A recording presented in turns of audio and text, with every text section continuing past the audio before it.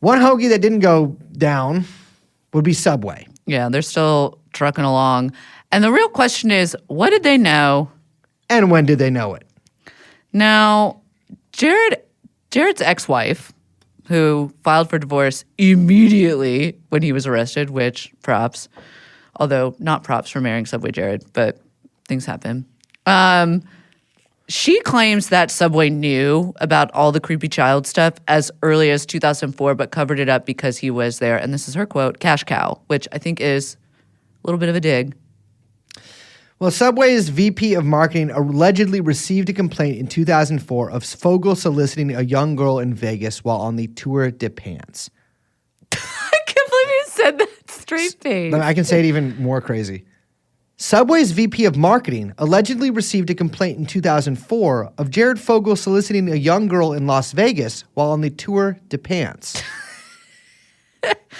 That's what he called his... And I bet, so these are just like the rumored ones that we've heard of or like the ones that have been reported on, but I guarantee there were, you know what I said earlier about like, didn't some people be like, isn't that Subway Jared? I bet that did happen. Yeah, absolutely. In 2008, though, a Subway franchise owner named Cindy Mills told then Subway CEO Jeff Moody that Subway Jared told her he, quote, liked him young. Now, that sounds a little bit more like something that Jared would say. I mean, look, Cindy, and she says this, Cindy and Subway Jared had a sexual relationship. And she says that Subway Jared told her that.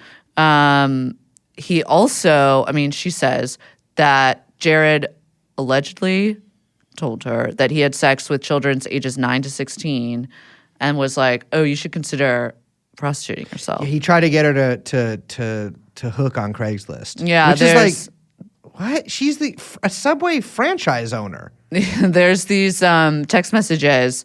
It's like, oh, is this the same website you found that 16-year-old that you fucked? And then, you know, I still can't believe you only paid $100 for her.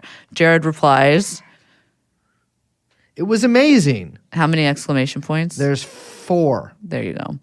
What part of her made you think she was selling sex? So implicitly you're making me read Subway Jared because before you just read both sides of the text exchange, but I see where this is going. You, letter, will have to read them to see. Yeah, I guess Jared asked Cindy if she could hook him up with her underage cousin. Jesus Christ. Which that prompted her to get a lawyer, and that's when they went to Subway. Now, Cindy says that they went to her regional contact in Florida, and that didn't go anywhere. And so she went to CEO Jeff Moody. She says allegedly, Jeff Moody said, please don't tell me anymore. Don't worry. He has met someone. She's a teacher, and he seems to love her very much, and we think she will keep him grounded.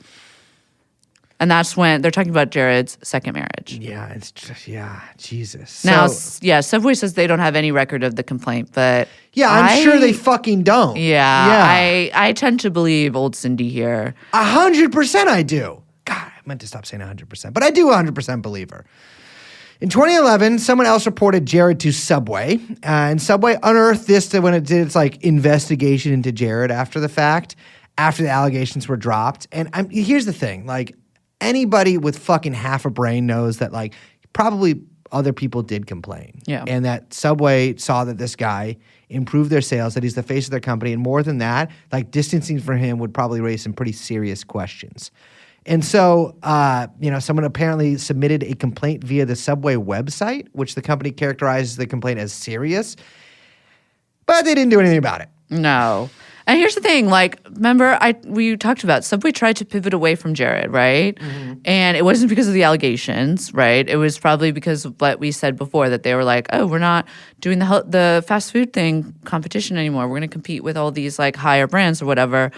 But the thing is that they tried to do that and they received all this marketing research that was like, no, Jared is, like, good for your business. Yeah. And they went back to him, right? Like, in 2005...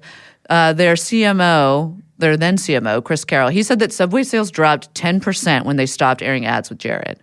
That's crazy. Yeah, yeah. And so, in 2013, just 2 years before Jared is arrested for child porn, Subway is named as having the most successful advertising of all of the fast casual restaurants. And that's a huge part because of The big pants of Jared Fogle. Yep. They say the length and authenticity of Jared's endorsement as a real person who, despite his struggles, has maintained a healthy lifestyle by eating Subway resonates with consumers. It's advertising we can relate to.